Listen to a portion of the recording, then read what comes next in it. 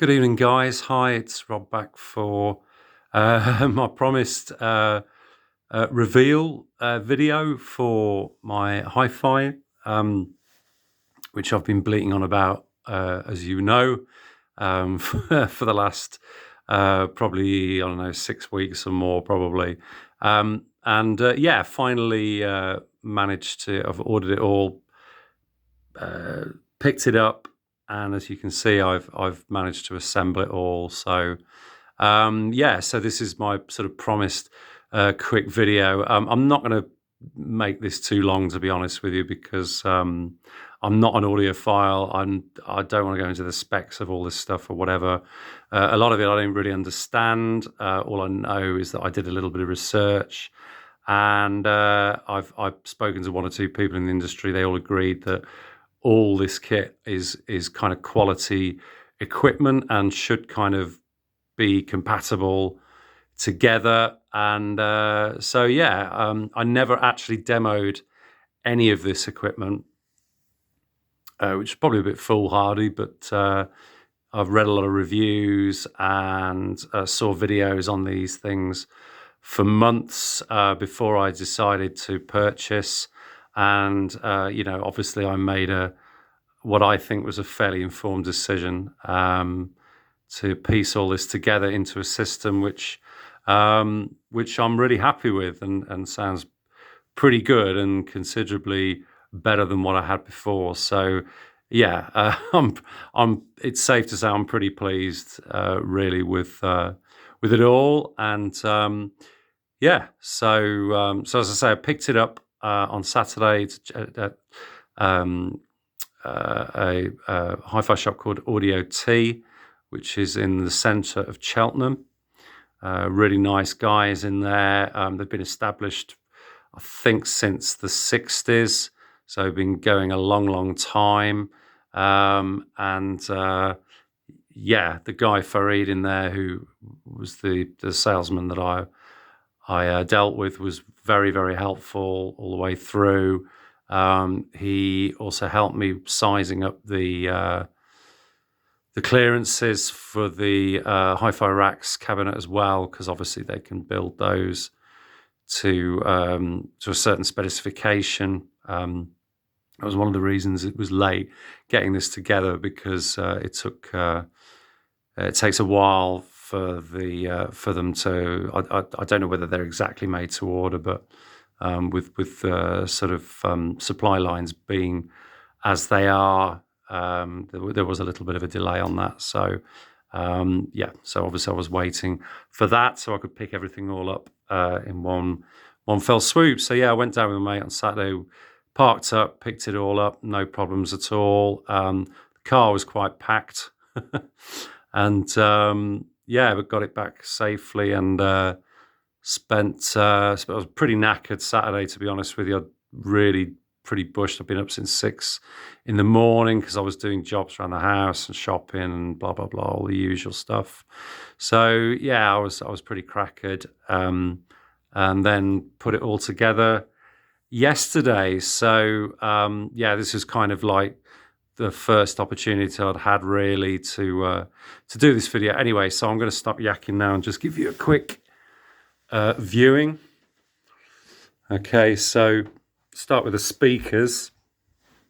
These Monitor Audio, what they call the Silver series. Monitor Audio do 3 series of speakers. They do the Bronze, which is what I had before, the Bronze 1, which is now, I think, designated as the Bronze 50. These are the Silver, which is the next range up. The top ones are gold, which are extremely expensive. So these are definitely, more than adequate. So these are the Silver 100s. So I think they're 100 watt handling or 120 watts. Not sure. Certainly, I know that it's the amp can drive these very well. And yeah, beautiful speaker. So I was used to Monitor Audio speakers. As I say, I had the bronze ones before. I went for the walnut finish, which I think is quite nice. and then they're on these what they call Atacama 6 bases. So these are the stands, which I think they're approximately about just over 2 feet.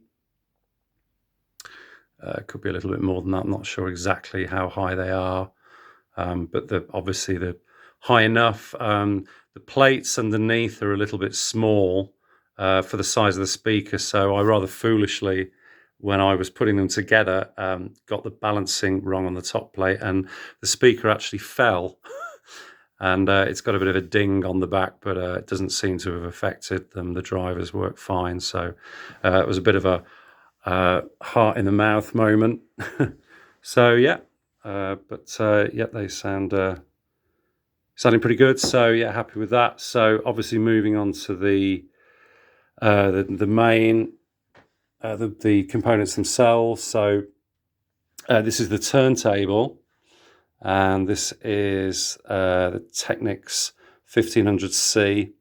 So this is their budget, I guess, or their entry level turntable. Direct drive, of course. I've never owned a direct drive turntable before, but I've always quite fancied the technology. Apparently they've sorted out what they used to call cogging, which was a phenomenon where the speed was inconsistent because of the magnetic drive motors, because obviously there's no belt involved. So, I mean, there's a few of the companies that do use this technology, but I think Technics are kind of the forerunners. I think they obviously they invented it, and they've now perfected it with this what they call coreless motor, which effectively has a sort of motor underneath in the base of the turntable, and then a kind of very heavy duty magnet in the platter on the top, and obviously creates the power and for the motor there. So yeah, really nice. So obviously you've got on off there. You can't really see because unfortunately there's no strobe on this one, so you don't get the dots. You can't really see so the moving obviously speeds 33, 45. You put the two together, you get 78.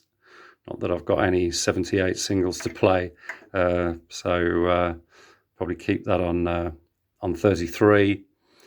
So it came bundled with an Autofon Red cartridge, which is quite a nice cartridge.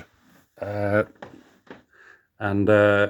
so it was all mounted on the head shell already. So all I had to do was just screw it into here. For people who've got Technics turntables, I'm sure they know exactly what all that is about.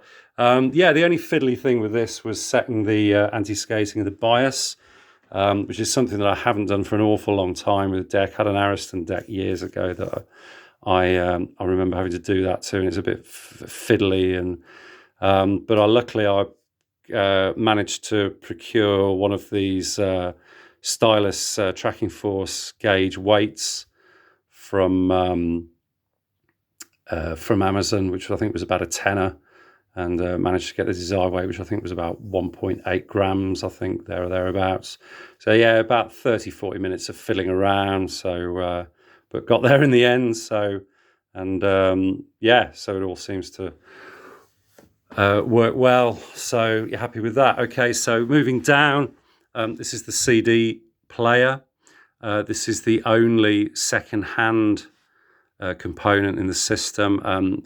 This is an Audiolab 8200 CD player, which is about 10 years old, but it's a solid player. A friend of mine is really into Audiolab gear. He actually had two of these, which he bought one for himself and then won another one very cheaply in an auction on eBay. I mean, I think they were about £1,000 when they came out at the time, but I managed to get this for 200, so I was well chuffed. I didn't really know anything about it, and to be honest with you, I didn't care because I thought, well, £1,000 CD player for 200 quid. It's British made. It's going to be quality, solid build, and yeah, I mean, it does sound fantastic. So. Really pleased with that. Okay, and then just finishing off at the bottom is the sort of the heart of it all, of course, the amplifier. So this is a Riga Brio amplifier. Obviously, I've been with Riga before for the turntable. I had a plainer one. I didn't want to go with Riga this time for a turntable. I was thinking of getting the plainer 3 as an upgrade, but I decided against it because I just wanted to try something different, which was obviously and go for the Technics because of the direct drive. And it was kind of a difficult choice because these amps obviously made by Riga, and they sort of designed with the phono stage to match the sorry, just going out of focus a bit there, to match the specifications of the decks. So it's like a sort of perfect accompaniment to it. But I spoke to one or two people and forums or whatever, and they seem to think that this would work very well with the Technics deck. And yeah, I mean, it does. I mean, fantastic. The phono stage on this Riga amp is really, really good. So yeah, I think 50 watts channel, about 100, I think it's about 100 watts. So plenty of power there. And yeah, but the detail's just beautiful. I mean, you know, couldn't be happier really with it all. So yeah, so all in all, really, really delighted with all that. And yeah, fantastic stuff. So anyway, guys, that's it. Obviously, I'll be looking to sort of fill these walls out a bit more because I've had a bit of a clear out of the room. I'm not going to show you the other side of the room because it's full of crap. So this is the tidy side of the room. But I mean, I'm getting there, trying to clear up everything up. And yeah, I'll be putting I've got some drawings and caricatures and things, posters, pictures, etc., which I will be putting up on the wall to make it look a little bit less pink. But obviously that's difficult with pink wallpaper and a Pink Floyd poster. So, but there you go. So I thought, yeah, for those of you who are interested, yeah, and you can all breathe a sigh of relief now that I've finally managed to do this video. And yeah, I'm not going to be talking about hi-fi anymore. So, and just concentrate on the music and the records, which is obviously why we're all here. So cheers, guys. Hope you're all keeping really, really well, and looking forward to Easter. And hope you're all going to have a great break. And looks like we're going to have some good weather later this week too. So yeah, lots to look forward to. And I'll speak to you and hopefully upload another video soon. Cheers, guys. Take care. Bye-bye.